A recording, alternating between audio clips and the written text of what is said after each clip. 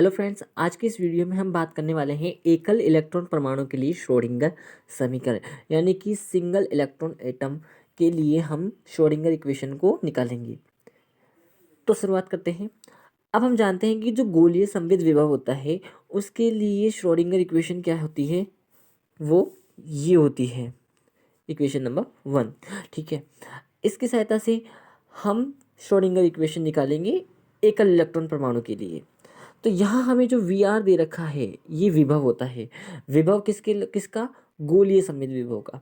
ठीक है, तो इलेक्ट्रॉन है, इलेक्ट्रॉन किस में? सर्कुलर मोशन करता है, यानी कि वृत्तीय पथ में गति करता है नाभिक के चारों तरफ। ये नाभिक है और इसके इलेक्ट्रॉन इसके चारों तरफ वृत्तीय पथ में गति कर रहा है। इन दोनों के बीच की दूरी अगर आर है, यानी कि नाभिक की त्रिज्या आर है, तब हम विभव किस प्रकार से निकालते हैं? तो विभव हमने 12th क्लास में निकाला था, वहाँ से अगर हमें याद हो, वरना हमें यहाँ से वापस रिवाइज करना होगा। तो v बराबर क्या होता है? k Q1 Q2 upon are. Are जो है इन दोनों के बीच की डिस्टेंस है, और k क्या है यहाँ पर? k बराबर होता है 1/4πε0। ठीक है, कॉन्स्टेंट है जिसकी वैल्यू होती है 9 × 10⁻⁹ न्यूटन मीटर स्क्वायर पर c²। ठीक है, तो Q1 है चार्ज कौन सा? आवेश। एक आवेश हमारे पास नाभिक का है, एक आवेश हमारे पास इलेक्ट्रॉन का है। तो नाभिक का आवेश हमने मान लिया Ze है और इलेक्ट्रॉन का आवेश -e है, और r इन दोनों के बीच की दूरी है जो मैंने बता दी है। अब हम इनको वापस v में रखेंगे यहाँ इसमें। तो Q1 तो हो जाएगा हमारा Ze और Q2 होगा e और Ze इन दोनों का गुणा करेंगे तो क्या होगा? Ze²। अब चूंकि Q2 हमने लिया है माइनस का e, यानी कि माइनस का आ जाएगा आगे चिन्ह, तो v इक्वल टू क्या हो जाएगा? -ke² upon are. हमने इसे सेकेंड इक्वेशन नाम दे दिया। ठीक है, यहाँ विभव आर पर निर्भर करता है, अतः यह गोलीय सममित विभव होगा। ठीक है, तो गोलीय सममित विभव है। अब गोलीय सममित विभव के लिए हमारी श्रोडिंगर इक्वेशन ये है। इस श्रोडिंगर इक्वेशन में हम वी आर की वैल्यू रख देंगे जो हमने यहाँ से निकाली है। ठीक है, क्योंकि यहाँ से हम देख सकते हैं v जो है r पर ही डिपेंड करता है, कि k और e जो है कांस्टेंट है, डिपेंड किस पर कर रहा है? r पर। ठीक है, तो अब हम इस v की वैल्यू इसमें रख देंगे। चलो ठीक है, रखते हैं। Put equation 2 in equation first. तो del square sine R factor plus 2m upon H cut square E. अब ये माइनस था, इधर माइनस और माइनस प्लस हो जाएगा, इसलिए यहाँ पर e plus ke² upon R आया। साइन आर वेक्टर बराबर 0। ठीक है, अब हमने क्या किया? दोनों में से साइन आर वेक्टर को कॉमन ले लिया। ठीक है, कॉमन आ गया। अब हम जानते हैं कि वक्र रेखीय निर्देश तंत्र में सदिश अवकल संकारक यानी कि जो डेल होता है ऑपरेटर, इस ऑपरेटर का वैल्यू क्या होती है? जब हम वेक्टर स्पेस पढ़ते हैं तो वहाँ से हम देखते हैं कि E1 cap upon H1 del upon del U1 plus E2 cap upon H2 del U2 del by del U2 plus E3 cap upon H3 del by del U3। ठीक है, अब यहाँ पर हम देखते हैं हम मान लेते हैं कि जो हमारा A है, हमारा A एक वेक्टर है, उसको हमने मान लिया डेल साइन आर। ठीक है, ये हमने मान लिया डेल साइन आर वेक्टर। ठीक, यहाँ से ये हमने माना है इक्वेशन नंबर 4, ये हमने माना। तो अगर हम इसके लिए डेल साइन आर का मान निकालें तो ये हो जाएगा ए वेक्टर, यहाँ से हम रख देते हैं इसमें। ठीक है, अब चूंकि डेल साइन आर वेक्टर बराबर ये है ए वेक्टर है, और ए वेक्टर एक तरह से ये भी हो सकता है कि A1 E1 cap plus A2 E2 cap plus A3 E3 cap. तो यहाँ से 4 और 5 इन दोनों का हम कंपैरिजन करेंगे, दोनों को कंपेयर करेंगे। तो A1 की जगह तो क्या आ जाएगा? 1 अपॉन, देखो यहाँ तो A1 के साथ E1 गुणा है, लेकिन यहाँ E1 के साथ गुणा क्या है? 1/H1 del sine are vector upon del U1 vector, और यहाँ E2 के साथ E2 कैप वेक्टर। ठीक है, तो यहाँ पर E2 कैप के साथ कौन गुणा है? 1/H2 del sine upon del U2, और E3 के साथ यहाँ A3 गुणा है, लेकिन यहाँ E3 के साथ क्या है 1/H3 del sine R upon del U3। तो यहाँ से कंपैरिजन करने के बाद हमें पता लग जाता है कि A1 की जगह यहाँ क्या रखा है, A2 की जगह यहाँ क्या रखा है, A3 की जगह यहाँ क्या रखा है। तो हमने A1 A2 और A3 की वैल्यूज़ निकाल ली है 4 और समीकरण 5 को कंपेयर करके। ठीक है, अब हम जानते हैं कि वक्र रेखीय निर्देश तंत्र में लाप्लास संकारक यानी कि जो वेक्टर स्पेस में हम बात करें लाप्लास ऑपरेटर की, तो वो क्या होता है, वो होता है del square is equal to 1/H1 H2 H3 del U1 A1 H2 H3 plus del upon del U A2 H1 H3 plus del upon del U3 A3 H1 H2। ठीक है, ये हो गया हमारा लाप्लास संकारक। अब हम इसमें जानते हैं कि जो गोलीय निर्देश तंत्र होता है उसके लिए हमारा U1 U2 और U3 क्या होता है। ठीक है, जैसे हम कार्तीय निर्देशांकों में पढ़ते हैं एक्स वाई जेड, वैसे ही हम गोलीय निर्देशांक तंत्रों में आर थीटा और फाई के बारे में अध्ययन करते हैं। ठीक है, और H1 H2 H3 क्या होगा, H1 होगा हमारा 1, H2 होगा आर और H3 होगा आर साइन थीटा। जैसे जैसे कार्तीय निर्देशांक तंत्र में होता था कि x बराबर आर कोस थीटा और y बराबर आर साइन थीटा और z बराबर z, वैसे ही गोलीय निर्देशांक तंत्रों में H1 यानी कि H1 बराबर 1 हो जाएगा, H2 बराबर आर हो जाएगा और H3 बराबर आर साइन थीटा हो जाएगा। अब हम इन तीनों के मान इस डेल स्क्वायर यानी कि हमारा जो ये लाप्लास संकारक है इसमें रखेंगे। तो 1/H1 H2 H3 रखा, तो H1 की वैल्यू 1, H2 की वैल्यू R और H3 की वैल्यू R साइन थीटा। तो R और R साइन थीटा इन तीनों का गुणा किया तो क्या हो जाएगा R स्क्वायर साइन थीटा, जो यहाँ पर आ चुका है। Del upon del U1, U1 क्या है हमारा R है, तो R हमने रखा। डेल अपॉन और A1, अब यहाँ से हमने A1 है यहाँ पर, तो हमने A1 की वैल्यू रखनी है, तो A1 की वैल्यू हम यहाँ से इसमें रखेंगे। तो A1 की वैल्यू क्या है 1/H1, 1/H1 और H1 क्या है हमारे पास 1 है, इसलिए हमने इसको लिखा नहीं। ठीक है, तो बाकी क्या रह गया del sine are vector upon del U1, और U1 हमारे पास क्या है R, तो del del sine upon del R। बाकी का H2 और H3 क्या है, H2 है R और H3 है R साइन थीटा। तो R और R साइन थीटा का गुणा हो जाएगा, R और R साइन थीटा गुणा करके क्या बना लेंगे R साइन थीटा। ठीक है, दूसरा टर्म है हमारे पास del upon del U A2 H1 H3। तो del upon del U1 U2 हमारे पास क्या है थीटा, तो डेल अपॉन डेल थीटा। ठीक है, A2, अब A2 की वैल्यू हम यहाँ से रखेंगे, A2 की वैल्यू रखें तो 1/H2, H2 क्या है, H2 हमारे पास गोलीय निर्देशांक तंत्र में R है, तो 1/R हो जाएगा, ये बाहर आ गया। और आगे del upon del U2, del sine R upon del U2 हमारे पास क्या है डेल थीटा, तो del sine R upon del theta. और बाकी क्या है आगे इसमें कि H1 और H3, इसमें देखिए H1 और H3, तो H1 तो हमारे पास 1 है और H3 हमारे पास R साइन थीटा है, तो 1 और R साइन थीटा का गुणा किया जाए, तो R गुणा किया तो R साइन थीटा आ गया। ठीक है, ये हमारी दूसरी टर्म हो गई। ठीक है, अब थर्ड टर्म हमारी क्या है डेल अपॉन डेल U3 हमारे पास क्या है 5, तो डेल अपॉन डेल 5। A3 की वैल्यू हमने यहाँ से रखनी है, तो 1/H3 हमारे पास क्या है R साइन थीटा, तो मैंने रखा सबसे पहले R 1/R साइन थीटा। उसके बाद आगे क्या आ रहा है del sine R upon del U3, तो डेल अपॉन डेल 5 ले, क्योंकि U3 हमारे पास क्या है 5 है, तो डेल अपॉन डेल 5 और sine R as it is.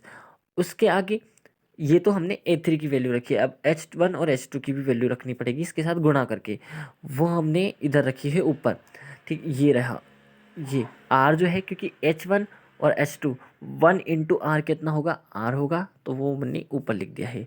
ठीक है, अब हम इनको सिंप्लीफाई करेंगे। सिंप्लीफाई कैसे करेंगे कि 1/R स्क्वायर साइन थीटा, यहाँ से जो साइन थीटा यानी कि अब देखो डिफरेंशिएट किसके सापेक्ष हो रहा है, आर के सापेक्ष। तो थीटा और फाई तो दोनों कांस्टेंट होंगे, कांस्टेंट होंगे तो मैंने साइन थीटा को बाहर ले लिया, क्योंकि ये साइन थीटा यहाँ पर कांस्टेंट है, कांस्टेंट बाहर आ गया। बाकी अंदर क्या रहा, del del upon del r. अब ये जो डेल अपॉन डेल आर इससे और इससे, क्यों, क्योंकि ये एक तरह से ए डॉट बी, यानी कि ए डॉट बी डिफ्रेंशिएशन में तो क्या होता है, एक को छोड़ा दूसरे का अवकलन प्लस फिर दूसरे को छोड़ा पहले का अवकलन, वैसे ही हो गया। तो पहले आर स्क्वायर को छोड़ा तो यहाँ से एक बार आर स्क्वायर को छोड़ा तो इसका डिफ्रेंशिएट हो गया, तो क्या बना, del two sine are upon del r square. R square को छोड़ा, अब की बार हम इसको छोड़ेंगे और आर स्क्वायर का करेंगे, तो आर स्क्वायर का करा तो 2r और इसको छोड़ा तो del sine upon del r, ये इस वाले टर्म का हो गया। ठीक है, अब बात करते हैं दूसरे वाले टर्म की, इसमें करते हैं तो इसमें थीटा के सापेक्ष अवकलन हो रहा है, तो आर क्या हो जाएगा, कांस्टेंट हो जाएगा, कांस्टेंट को हम बाहर ले लेंगे, बाहर लेते हैं, बाहर लेते हैं तो ये बाहर आ गया, बाहर आके ये क्या हो जाएगा, यहाँ से ये वाला आर और यहाँ से ये वाला आर दोनों कट जाएंगे, कट गए, बचा क्या, del sine are upon del theta dot sine theta. यहाँ भी वही हो जाएगा कि ए डॉट बी से ए, तो ए हमारे पास ये हो जाएगा del sine are upon del theta, और बी क्या हो जाएगा, ये आर साइन थीटा। तो अब हम एक बार तो इसका करेंगे और एक बार इसका करेंगे। इसका किया तो साइन थीटा को कांस्टेंट रखेंगे, तो sine theta as it is constant, और इसका किया तो del two sine upon del theta square plus, अब की बार हमें डेल साइन आर को del sine are upon del theta को कांस्टेंट रखना है और साइन थीटा का करना है, तो साइन थीटा का हमने डिफरेंशिएशन किया तो कोस थीटा और del sine are upon del theta as it is आ गया, प्लस ये तो हमारी होगी सेकंड टर्म। अब हमारे इसमें थर्ड टर्म ये वाली, इसमें क्या करना है कि जो del sine upon del phi है, डी अपॉन डेल फाई, तो 1 अपॉन आर साइन थीटा, तो आर भी कांस्टेंट होगा और थीटा भी कांस्टेंट होगा, तो यानी कि 1 upon r sine theta as it is constant, ये तो कांस्टेंट हो गया। यहाँ हमारे पास क्या है, del sine r into r, ये जो आर है ये ऊपर इसमें इंटू में है, del sine are upon del phi into r, तो आर भी कांस्टेंट होगा, क्यों, क्योंकि फाई के सापेक्ष अवकलन हो रहा है तो आर कांस्टेंट होगा, तो आर को हम बाहर लेके आएंगे, आर से आर कट जाएगा ये वाला आर। ठीक है, तो नीचे क्या बचेगा, 1 upon r sine theta, sorry 1 upon sine theta. ठीक है, और ये अब ये तो हो गया अंदर वाली बात, अब इसका अवकलन भी तो करना है डेल अपॉन डेल फाई के सापेक्ष, तो डेल अपॉन डेल फाई के सापेक्ष करेंगे तो 1 अपॉन साइन थीटा तो कांस्टेंट होगा, तो 1 अपॉन साइन थीटा बाहर एज इट इज ये रह गया, और इसका इसके साथ अवकलन हो जाएगा, किसके साथ, डेल अपॉन डेल फाई का डेल अपॉन डेल फाई के साथ, तो del two sine upon del phi square. इन सब के बाहर हमारा चल रहा है ये वाला H1 H2 H3 से गुना करके बनाया था 1 upon are square sine theta. अब हम क्या करेंगे, इसको इस टर्म को इन सभी से गुणा कर देंगे, जितने भी अंदर टर्म्स हैं इन सभी से गुणा कर देंगे। ठीक है, तो चलो करते हैं।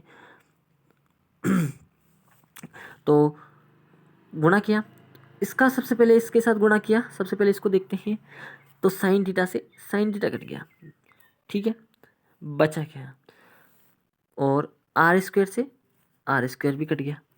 ठीक है, तो बचा क्या, del two sine are upon del r square, सिर्फ ये वाला बच गया। ठीक है, एक से गुणा कर दिया, अब हमें इसका इसके साथ गुणा करना है, तो आर से तो एक आर कट जाएगा, ये आर स्क्वायर था तो एक आर से कट गया तो एक आर बच गया, दो ऊपर ऐसे के ऐसे चीज बच गया, और नीचे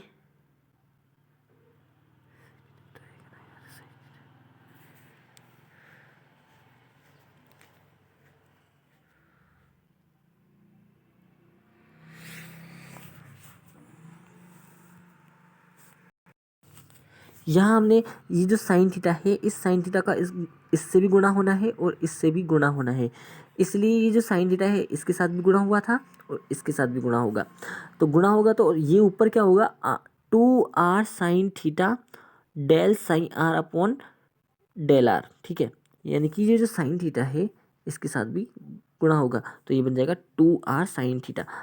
अब इस 1 अपॉन आर साइन थीटा का गुणा इससे करेंगे 2r sine theta upon are square sine theta. तो यहाँ से क्या हो जाएगा, साइन थीटा से साइन थीटा कट जाएगा, आर से आर स्क्वायर कट जाएगा। ठीक है, तो ऊपर क्या बचा, सिर्फ 2 और आर, तो 2 अपॉन आर ये बच गया, और बाकी del sine are upon del r ये बच गया।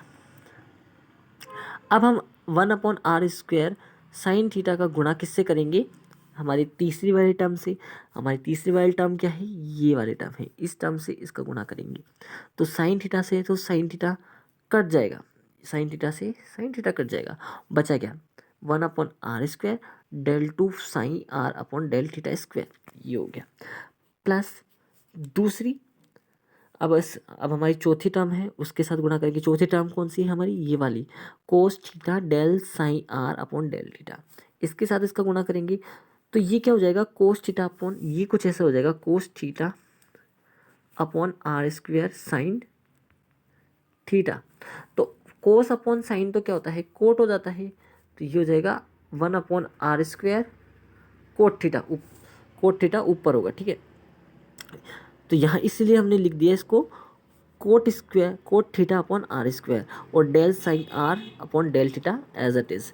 ठीक है, अब लास्ट टर्म हमारी ये है, तो 1 upon are square sine theta का गुणा करना है हमें 1 upon sine theta del 2 sine are upon del phi square से। तो 1 अपॉन साइन थीटा है और नीचे भी साइन थीटा है, तो दोनों गुणा हो जाएंगे, तो r square sine square theta हो जाएगा, और सेम एज इट इज़ ये आगे जाएगा del 2 sine upon del phi square. ठीक है, ये हमने निकाल दिया डेल स्क्वायर, यानी कि लाप्लास संकारक का हमने मान निकाल दिया। किस फॉर्म में, गोलीय निर्देशांक तंत्रों में ये। ठीक है, गोलीय निर्देशांक तंत्रों में लाप्लास संकारक का मान आ गया। अब हम इस लाप्लास संकारक का जो मान आया है, इस मान को हम कहाँ रखें, इस वाले समीकरण में रखेंगे। किसमें, इस वाले समीकरण में। जब हम इस लाप्लास संकारक का मान रख देते हैं, तो हमारे पास आ जाती है हमारी कौन सी, गोलीय सममित विभव में जो इलेक्ट्रॉन है, सिंगल इलेक्ट्रॉन वाले एटम्स के लिए श्रोडिंगर इक्वेशन आ जाएगी। ठीक है, ये देखो, यह हमने रख दी, हमने ये वाली वैल्यू इसकी। ये हमारा लाप्लास संकारक है, plus 2m upon H cut square E plus के E square are phi are बराबर 0। ये हमारी इक्वेशन नंबर 7 होगी। समीकरण 7 एकल इलेक्ट्रॉन परमाणु के लिए गोलीय निर्देश तंत्र में श्रोडिंगर इक्वेशन कहलाती है। यही हमारा आज का टॉपिक था। So hope you guys liked it. अगर आपको ये वीडियो पसंद आया है तो अपने दोस्तों के साथ शेयर कीजिए, चैनल को सब्सक्राइब कीजिए और लाइक ज़रूर कीजिए। साथ में बेल आइकन को भी ज़रूर दबा देना, ताकि मेरी जो भी और भी वीडियोज़ होंगी वो सबसे पहले आप तक पहुंच सके। Thank you.